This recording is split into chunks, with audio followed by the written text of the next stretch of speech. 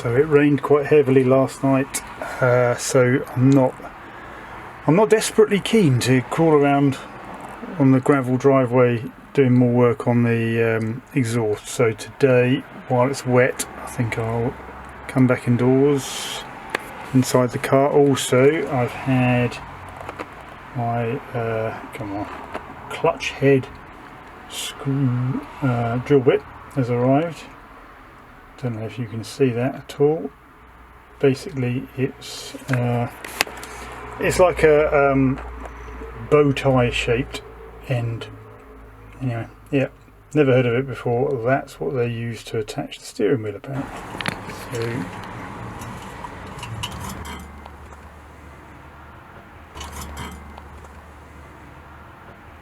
okay, cool. Okay, 3 more screws holding the horn ring in place. That's cool. So I already did a little bit of work on trying to clean this up, but now I can take that off completely. I can do a better job of that. And then we're left with, I mean, the horn works electrically, so there'll be something here that allows 2 contacts to go together to set the horn off. I'm finding a fair bit of plastic in here, but not a lot in the way of actual contacts. I feel like there should be something in there. Anyway, we'll see. I've got a feeling there's going to be some stuff here that needs to be replaced.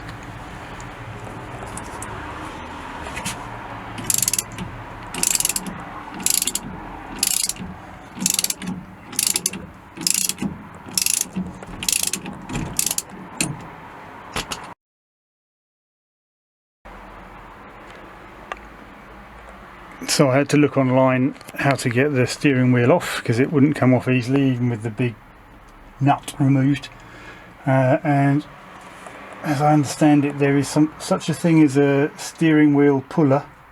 That's a tool that is just for taking steering wheels off. And then there's some helpful chap on a forum that says, yeah, you don't need one of those, you just jam your legs underneath the steering wheel and just basically smack it off.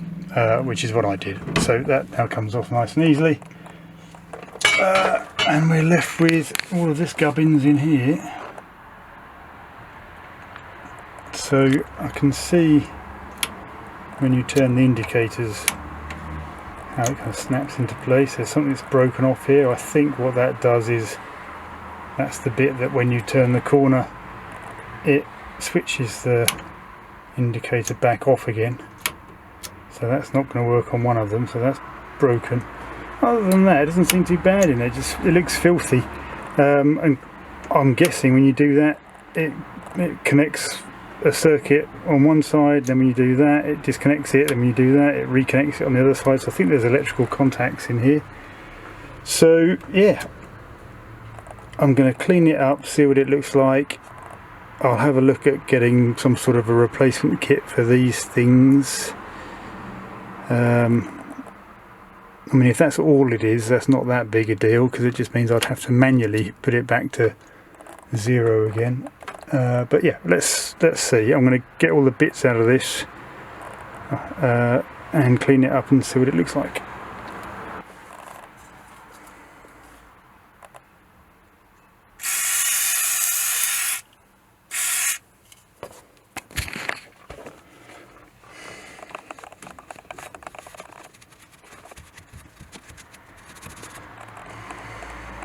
One thing I've discovered whilst doing this is fabulous cleaning ability of WD-40.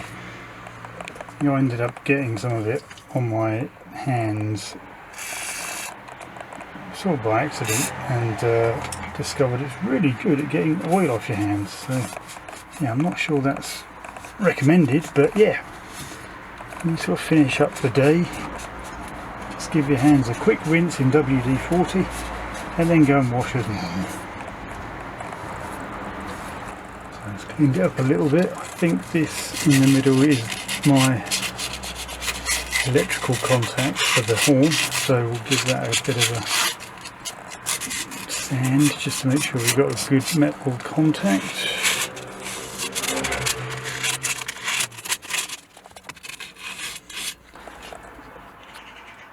So the sun has come out.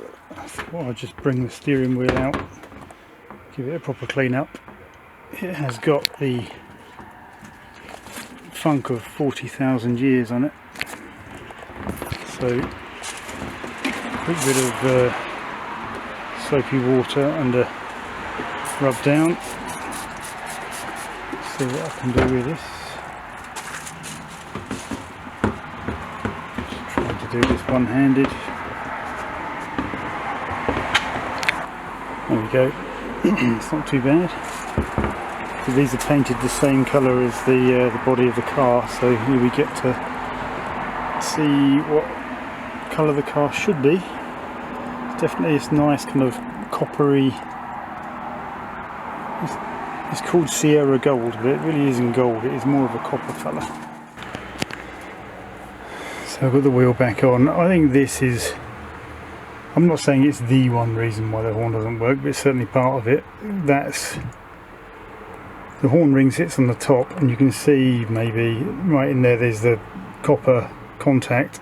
I think the idea is that there's a piece of metal on a spring that goes through here, that when you press the horn ring, that makes the contact with the copper ring in the back, and then you get your tuba.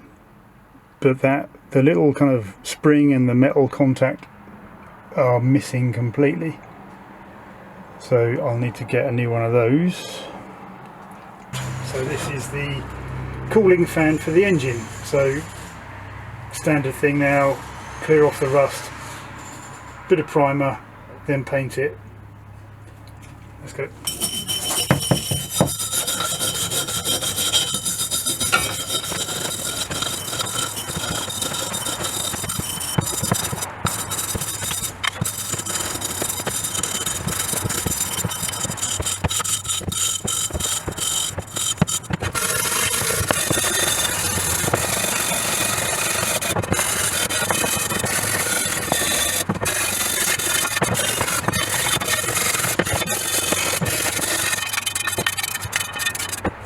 There we go.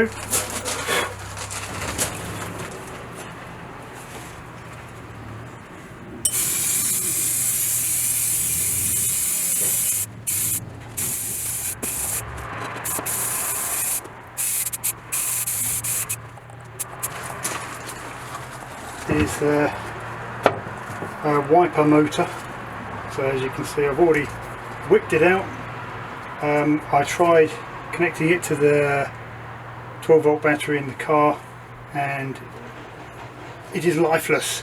This is the switch that's operated by a cable in the car, so that's the on position, and at that point this little chap on the back here should just go sort of back and forth, and that's what turns the wipers. So relatively simplistic, but not my one. Oh no. So I'm going to take it out, I will clean it up. I'll see if I can undo the back of it and see if, you know, there could be something really obviously wrong with it.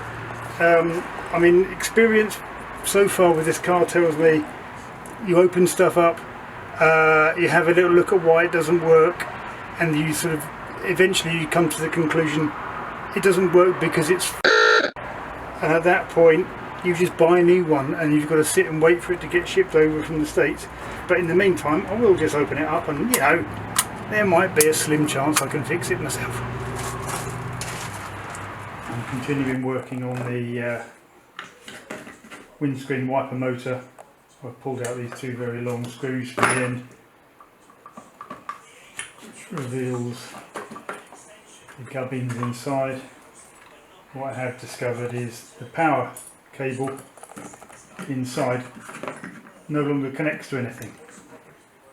Other than that, this all seems to work very well. Has to be said, considering it's like nearly 70 years old, it's in really good condition. So my hope is if I just reconnect the power cable and put it back together again, it should work. Okay, I've pulled out the old power cord. That's definitely very stiff and it's got splits in it. So yeah, that was even when it was connected it was probably shorting, so it's good to get rid of that. I've replaced it with another piece of brown wire. I'm trying to stick to the same colours for the wires, because they, the wiring diagrams has everything set out in particular colours. I've ended up with a slightly more poo brown than the original brown, but brown is brown. So that's now threaded in there, and the next job is to try and solder it to the connection.